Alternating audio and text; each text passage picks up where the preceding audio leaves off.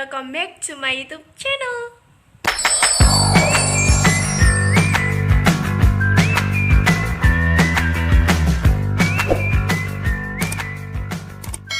Hai teman-teman, jumpa lagi bersama aku. Nah, pada video kali ini aku mau bahas mengenai materi diksi. Nah, sebelum masuk ke materinya nih, alangkah baiknya kita perkenalan dulu ya teman-teman, karena tak kenal maka tak sayang.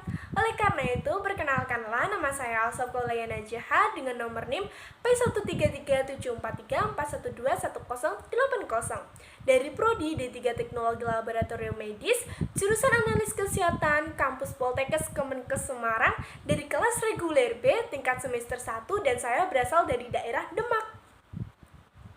Nah, materi pertama yang akan kita bahas nih mengenai pengertian diksi.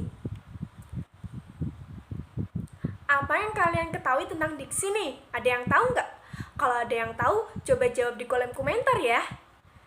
Nah, diksi ini adalah suatu pilihan kata yang tepat dan selaras dengan penggunaannya dalam menyampaikan sebuah gagasan atau cerita yang meliputi gaya bahasa, ungkapan, pilihan kata, dan lain-lain, sehingga didapatkan efek yang sesuai dengan yang diinginkan. Jika terdapat seorang ataupun kelompok yang menggunakan kosakata yang berlebihan, hal ini akan membuat orang tersebut yang mendengarnya itu merasa sulit untuk memahaminya. Nah, itu sebabnya para pembicara sering membaca dan berlatih agar menguasai diksi atau pilihan kata ketika berbicara. Dengan diksi yang tepat, benar, maka pendengar atau audiens dapat dengan mudah memahami maksud seorang pembicara. Lalu nih, apa ciri-ciri dari diksi? Ada yang tahu nggak? Kalau ada yang tahu, coba jawab di kolom komentar lagi ya. Nah, diksi ini memiliki beberapa ciri teman-teman. Ciri yang pertama, tepat dalam pemilihan kata untuk mengungkapkan gagasan atau hal yang diamanatkan. Yang kedua, dapat digunakan untuk membedakan secara tepat nuansa makna dan bentuk yang sesuai dengan gagasan dan situasi serta rasa pembaca. Selanjutnya, diksi juga memiliki fungsi loh teman-teman. Di sini, fungsi dari diksi ini yaitu agar pemilihan kata dan cara penyampaiannya dapat dilakukan dengan tepat, benar, sehingga orang lain mengerti maksud yang kita sampaikan. Nah, diksi ini juga berfungsi untuk memperindah suatu kalimat. Misalnya nih, diksi dalam suatu cerita. Kalau misalnya kita menggunakan diksi secara benar dan tepat, maka penyampaian cerita itu dapat dilakukan secara runtut, menjelaskan tokoh-tokohnya secara runtut, dapat mendeskripsikan latar dan waktu, dan lain sebagainya. Lalu nih, diksi dalam pemakaiannya juga memiliki beberapa fungsi selain yang telah saya sampaikan sebelumnya ya. Yang pertama, membuat orang yang membaca ataupun mendengar menjadi lebih paham mengenai apa yang ingin disampaikan oleh pengarang atau penulis. Karena yang dimaksud dari diksi ini, kita memilih kata yang tidak bertele-tele sehingga mudah dipahami oleh orang lain ya teman-teman. Yang kedua, yaitu membuat komunikasi menjadi lebih efektif. Yang ketiga, melambangkan ekspresi yang ada dalam gagasan secara verbal, yaitu tertulis ataupun terucap. Selanjutnya, yang keempat yaitu membentuk ekspresi ataupun gagasan yang tepat sehingga dalam menyenangkan pendengar ataupun pembaca. Nah, ini juga ada persyaratan nih dalam diksi. Apa sih persyaratannya? Nah, ini persyaratan dari diksi ini dibagi menjadi dua ya teman-teman. Yang pertama tepat, yang kedua kesesuaian. Nah, untuk penjelasannya dengarkan dengan baik-baik ya. Tepat ini berarti kata-kata yang dipilih atau digunakan dengan tepat sesuai dengan apa yang dimaksud, sehingga tafsiran pembaca sesuai dengan apa yang dimaksud oleh penulis. Yang kedua ada kesesuaian. Kesesuaian ini menuntut kecocokan antara kata-kata yang dipakai dengan kesempatan dan keadaan pembaca. Selanjutnya, syarat-syarat diksi. Nah, syarat-syarat dari diksi ini dibagi jadi 6 ya teman-teman. Apa saja nih? Nah, yang pertama yaitu makna denotatif dan makna konotatif. Yang kedua, makna umum dan makna khusus. Yang ketiga, kata konkret dan kata abstrak.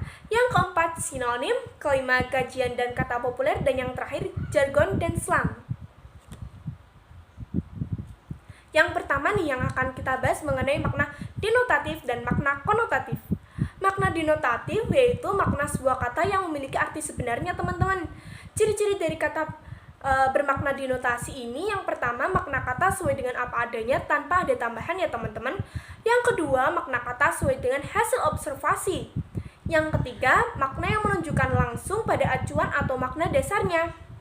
Ini ada contoh nih dari makna denotatif. Yang pertama, kambing hitam Pak Arif sudah terjual di pasar hewan. Kambing hitam ini berarti sebenarnya teman-teman, yaitu kambing yang berwarna hitam. Ada lagi nih contoh yang kedua. Bapak mendapat meja hijau gratis saat membeli beberapa barang elektronik. Meja hijau ini berartikan sebenarnya teman-teman, yaitu meja berwarna hijau. Yang ketiga nih, adik duduk di kursi empuk yang terbuat dari busa. Duduk ini bermakna sebenarnya teman-teman, yaitu meletakkan tubuh atau terletak tubuhnya dengan bertumbuh pada pantat. Selanjutnya nih, makna konotatif. Nah, makna konotatif ini berbeda dengan makna denotatif ya, berlawanan teman-teman kalau teman-teman mau memahaminya dengan mudah. Nah, makna konotatif ini adalah sebuah kata yang mengandung makna kias atau bukan kata sebenarnya. Adapun ciri-ciri dari makna konotatif yaitu ataupun konotasi, yang pertama makna tidak sebenarnya karena ada tambahannya teman-teman. Yang kedua yaitu makna tambahan yang dikenakan pada sebuah makna konseptual. Yang ketiga, makna tambahan berupa nilai rasa. Ini ada contoh nih. Yang pertama, Mutia merupakan anak emas dalam keluarganya. Nah, anak emas ini tidak seperti makna denotatif ya, karena makna denotatif dan makna konotatif itu berlawanan ya teman-teman. Kalau makna denotatif kan tadi makna sebenarnya. Nah, kalau makna konotatif itu makna kiasan ataupun yang memiliki maksud tertentu. Misalnya anak emas ini kalau makna konotatif berarti kan anak yang paling disayang. Yang kedua ini ada pejabat tersebut mencari kambing hitam untuk mempertajam jabatannya. Kalau denotatif kan kambing hitam kan bermaksud kambing yang berwarna hitam. Nah, kalau konotatif ini kambing hitam bermaksud orang yang disalahkan. Yang ketiga, karena besar kepala, Reno dijauhi oleh teman-temannya. Besar kepala ini berarti sombong ya teman-teman. Kalau makna denotatifnya berarti kepalanya yang besar gitu teman-teman. Selanjutnya, poin yang kedua yaitu mengenai makna umum dan makna khusus. Nah, makna umum sendiri adalah makna kata yang mempunyai ruang lingkup yang luas. Makna kata umumnya sifatnya luas, yang mana kata-kata tersebut masih dapat diperincikan ataupun dijabarkan lebih khusus ataupun lebih lanjut dan menjadi lebih sederhana teman-teman. Yang kedua yaitu makna khusus. Makna khusus adalah makna kata yang mempunyai ruang lingkup yang terbatas. Makna kata khusus sifatnya sempit ya teman-teman. Kata-kata tersebut tidak dapat diperincikan atau tidak dapat diperjabarkan lagi. Ini ada contoh nih antara makna umum dan makna khusus. Makna umum, yang pertama contohnya buah-buahan. Nah, kalau makna khususnya tadi kan tidak bisa dijabarkan lagi. Kalau bahasa mudahnya tuh khusus gitu ya teman-teman. Contohnya buah-buahan tuh khususnya kayak ada mangga, apel, jeruk, dan lain sebagainya. Yang kedua, makna umum melihat, itu ada makna khususnya seperti menyaksikan, menonton, mengintip. Karena menyaksikan, menonton, mengintip itu memiliki makna yang ataupun arti yang berbeda-beda ya teman-teman. Selanjutnya, kita bahas mengenai kata konkret dan kata abstrak. Apa sih yang dimaksud dengan kata konkret? Kata konkret adalah kata yang memiliki makna acuan, objek yang bisa dilihat, dirasakan, didengar, dan dicium oleh panca indera. Jadi makna konkret itu lebih bisa kita lihat secara langsung ataupun kita amati secara langsung, baik dari rasa, cium, ataupun penglihatan. Contohnya, lapangan sepak bola milik Kampung Pelangi sangat besar dan luas. Nah, lapangan ini kan bisa kita lihat langsung ya teman-teman dengan alat panca indera kita. Nah, yang kedua, gitar juga bisa kita lihat, seperti contohnya gitar yang dibawa vokalis band yang ada di festival musik sangat bagus dan merdu. Selanjutnya, Rani memakai baju bermotif bunga yang dipadukan dengan jaket berwarna hitam. Selain kata konkret, tadi ada kata abstrak. Nah, kata abstrak adalah kata yang mempunyai acuan berupa pengertian atau teori konsep, di mana di dalamnya abstrak harus ada pemahaman dan pengetahuan karena karakteristiknya tidak terbentuk.